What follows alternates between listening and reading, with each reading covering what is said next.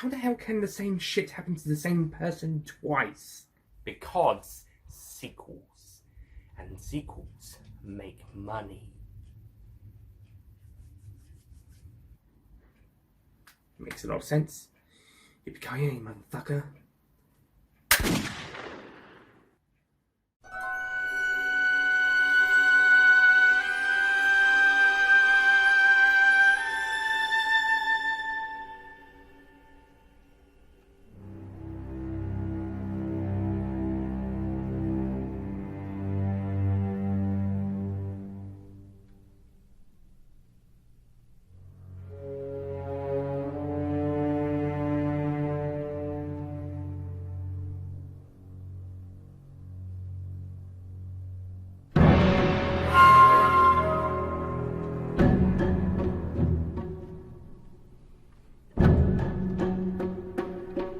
Hello ladies and gentlemen, Nick here, and welcome to my review of Die Hard 2, also known as Die Hard 2 Die Harder, the sequel to the 1988 action-adventure Die Hard, and once again starring Bruce Willis as John McClane. Now this one, I don't think it's quite as good as the first one, well obviously, but I still think it's a very worthy successor. It's still a great movie, and has had a really great time with it. I do think it does take its time to get started. The first one did as well, but that was building our characters, I suppose. Whilst this one, we jumped straight into a situation with McClane having an argument with one of the airport security due to having a car parked and saying no parking zones for the taxi area and a non-waiting. So he's parked it in a non-waiting or non-parking area. But it doesn't really give us as much time to build the characters as the other one, which is fine because we've already had the first one to do that, I suppose, and we'll get introduced to the new characters later. But at the same time, shortly after that, we get the villains coming in pretty quickly. Like 2-3 minutes in, we get sort of what's going to be the plot of the film and who our villains are, and it's sort of building that up. And it's also not until half an hour in that the villain's plans take effect, I suppose. I mean, there is a bit of a thing at the airport in the luggage area where McClane has a shootout with two of them. One of them dies, not from shooting though, from being crushed. But that's really the most notable thing about the first half an hour. Besides also McClane going to see the captain, Lorenzo, who is a dick. Now, I can understand where he's coming from if he wasn't being so much of a dick, Lorenzo, because I understand his problems, but he's acting so much like a dick. So is McClane in a way, but the thing is, we're on McClane's side already. Lorenzo, he's just dicking around. So, yeah, and I know some people had problems with the deputy police officer in the last film, the one who was on the ground with Al, who also has a cameo in this film, helping to provide information about a deceased body from the baggage area and helping McClane with that information. But Lorenzo's just a big dick until later on, when McClane shows him some blank guns that, spoiler alert, some supposed army men who have brought in to help with the situation, they have them, and it turns out they're working with the bad guys. So then Lorenzo joins McClane, kind of respects him and likes him a bit more and helps him. He kind of helped him a little bit out throughout parts of the movie, but other points he's having a go at him, just being a dick. Like I said, I can understand some of where he's coming from if he wasn't being a dick. It's the same with that bastard from Ghostbusters who he had a point. He knew what he was doing. He was absolutely right about all the problems, but he acted like a massive cunt and therefore made the situation worse rather than helping. As McClane mentioned in the last film, if you're not part of the solution, you're part of the problem. And so basically Lorenzo is sort of that in a way throughout quite a lot of this film. I mean, there's points where he's good, but at other points he is a massive cunt. Other characters in this film let's start with the good guys. The guys at traffic control are great. There's this really cool black guy who's a tech expert. He's fun to be around, and McClane saves him at one point. There's this other guy who sort of comforts McClane after another scene later on where a plane crashes whilst McClane's trying to rescue, try and get that to land, waving flares or something in his hand, trying to make that land safely, but fails. So the guy's sort of comforting him, and he's sort of in charge of the control tower. And there's also the leader of the army guy, who, again, he's a bit of a prick to start with, but he's doing his job. And then he and McClane sort of get to like each other a bit more, and then it's revealed, snap, he's a baddie. Whoops. That's actually a good twist, by the way. That guy's a baddie. He's not the main villain. The main villain is this Colonel Shepard, I think. Shepard? I might be wrong. But his plan is basically to release this dictator slash drug lord who is anti-communist and release him into the United States to help lead them or something. I'm not really sure what their plan is after this. But he just wants some anti-communist guy who can also supply lots of drugs, who cracks down on communism. But I think he's supposed to be a dictator of a country in Africa. That was the thing until he was overthrown due to mishandling American funds, I think, as well as the drug stuff. I'm not quite sure. I'm trying to listen into the television stuff, but the film's more focused on showing off the villain doing acrobatic stuff. I'm trying to pay attention. That's the thing. We're not focusing on... It doesn't focus that much on the backstory of the villain.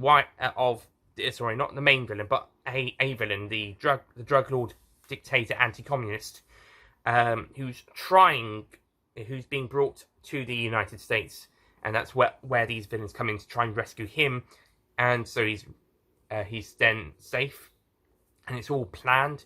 The thing, I'm trying to listen to why he's being brought and what's the problem, but the film is more centered on either it's following McClane or it's following the baddie just doing acrobats. McClane's fine because he's passing the TV when they mention it. The villain is just he's just acrobating, and I'm trying to listen to what's going on, but the film is more focused on the character himself doing absolutely nothing. It's quite cool when he does grab the remote control and turn it off, like you would with a gun, like grabbing a gun and shooting it. So that's actually a pretty cool way to end it. But I'm just trying to listen to what the reasoning is behind this. I don't even think we learn about his the dictator guy, having drug lord connections until later on, unless I missed something. Again, that's the problem with not focusing. But that's really about it in terms of problems. Some of the special effects do look a little outdated, but it's 1990. The film's nearly 30 years old, so I think we can let it slide. I have to say that the bit where the plane, the British Windsor aircraft plane crashing down into the runway caused by the villains, that was a pretty shocking scene when I first saw that. That was quite shocking. I was sure McClane was going to help it land, and then it just crashed and burned and he failed and took a toll on him. I think all 230 passengers plus the staff died. No sign of survivors. That was a shocking scene. What's made it even sadder is McClane finds a doll belonging presumably to a little girl. So, yeah. Fuckers. You maniacs! You blew it up! Fuck you! Fuck you to hell! I do have to say, I don't know if the actors were British. Were the actors British? Because they were supposed to be British characters, but they sounded like putting on accents. But were they actually British actors? I'm not sure. If they weren't, then why the hell not? You had a British actor in the last film playing the villain, Mr. Rickman, and you get a British actor in the next film playing a villain, Mr. Irons. So, if they weren't British actors in this film, I don't know why not. They might have been. I'm not sure. Not sure why they chose us to be victims, but oh well. It does give us a bit of a connection to this franchise that one of our aircraft got blown up in a crash in this film, and also its information desk. It gets seen at one point later on. Oh god, that was quite an upsetting scene. It is very justified that the villains get, apart from the ones that get killed in other methods, but the villains escaping on the plane at the end. It's very suitable that their deaths is being blown up in that plane, just like how they caused the Windsor plane to crash and burn. It's very, very satisfying and a fitting end to those bastards. Oh god, we gotta put some light humor into this. Okay, there is this funny caretaker, janitor guy at the bottom who's fun to be around whenever he's on screen. He's good. I like him. And once again, it looks brilliant. Visual effects. Well, I say visual effects. Most of the time, like I said earlier, some of them do look a bit outdated, but it is it is 29 years old, this film, so forgiven. Not terrible. They're not terrible. They're just a bit outdated.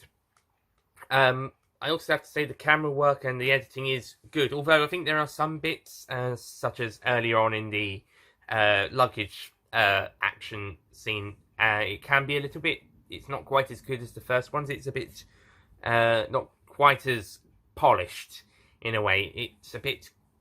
Some bits kind of cut and it's slightly awkward. It's just putting some shots together, whilst but it felt like there could have been some extra shots to fill in the gaps that show maybe some more movement or something, because it feels like there is a bit of a slight distance alteration in some cuts, and it does act a bit quickly. But on the whole, I think it's handled mostly well, and it does a brilliant job, and the endings are very good. I also have to say the stuff on the planes themselves are actually pretty interesting. They don't add much to the story apart from the reporter guy from the last film trying to make a special report on Washington Airways from the aeroplane after learning what's happening, and Holly comes in to interrupt him, and got some good stuff with her and the reporter. So that's cool. And they don't really add much to the film apart from to cause panic in the airport later on, but I think they're still good scenes to have. So on the whole, I'm going to give Die Hard 2 a 9 out of 10.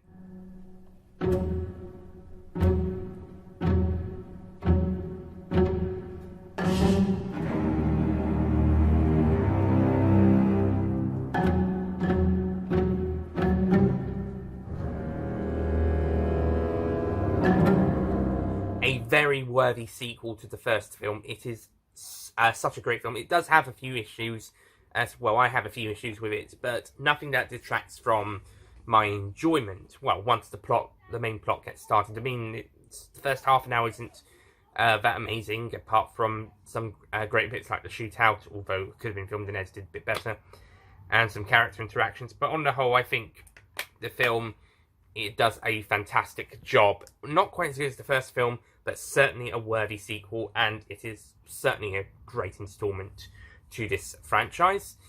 And considering that there's worse sequels to come, I think you could do a lot worse than this. Obviously.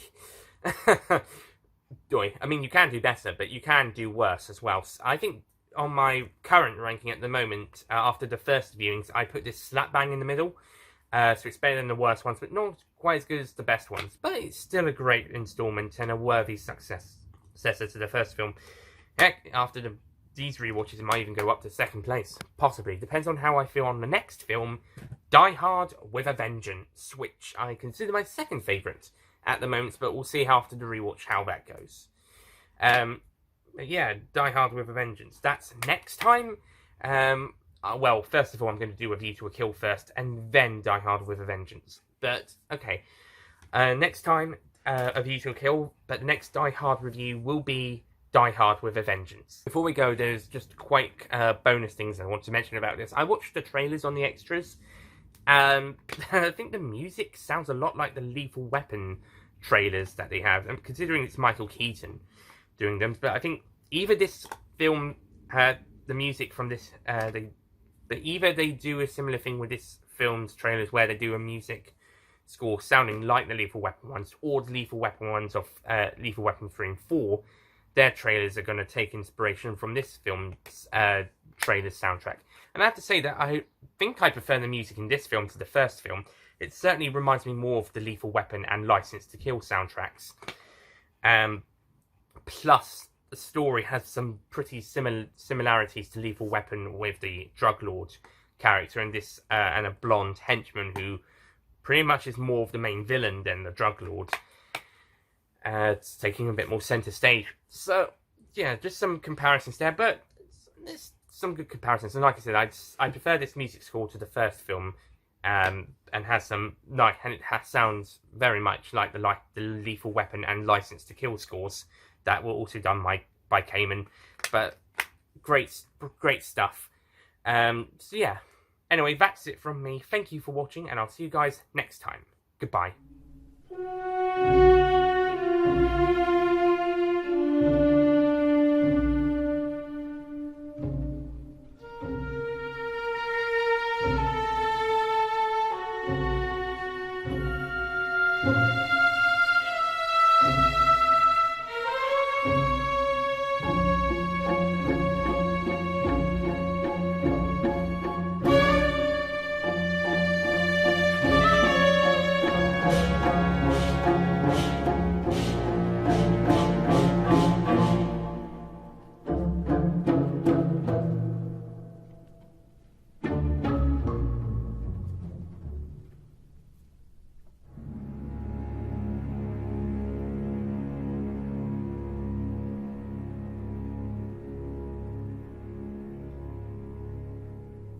Don't forget to click below to subscribe to the official Nicholas Payne Retro YouTube channel.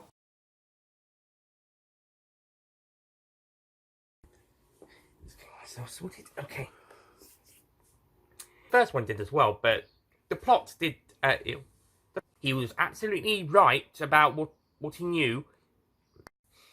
But he's there. He and is a bit of a hard down cracker. I think he's supposed crackers in on Resistance and cracks. I mean, you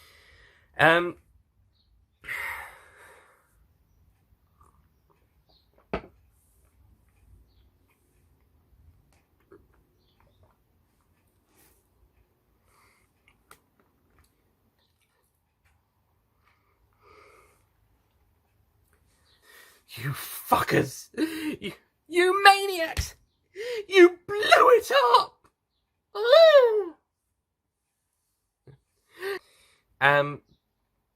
Yeah, okay.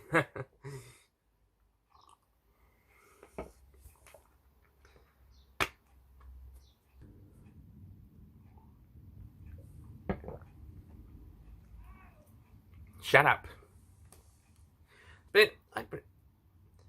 And I'll see you guys next time. Goodbye. Before we go...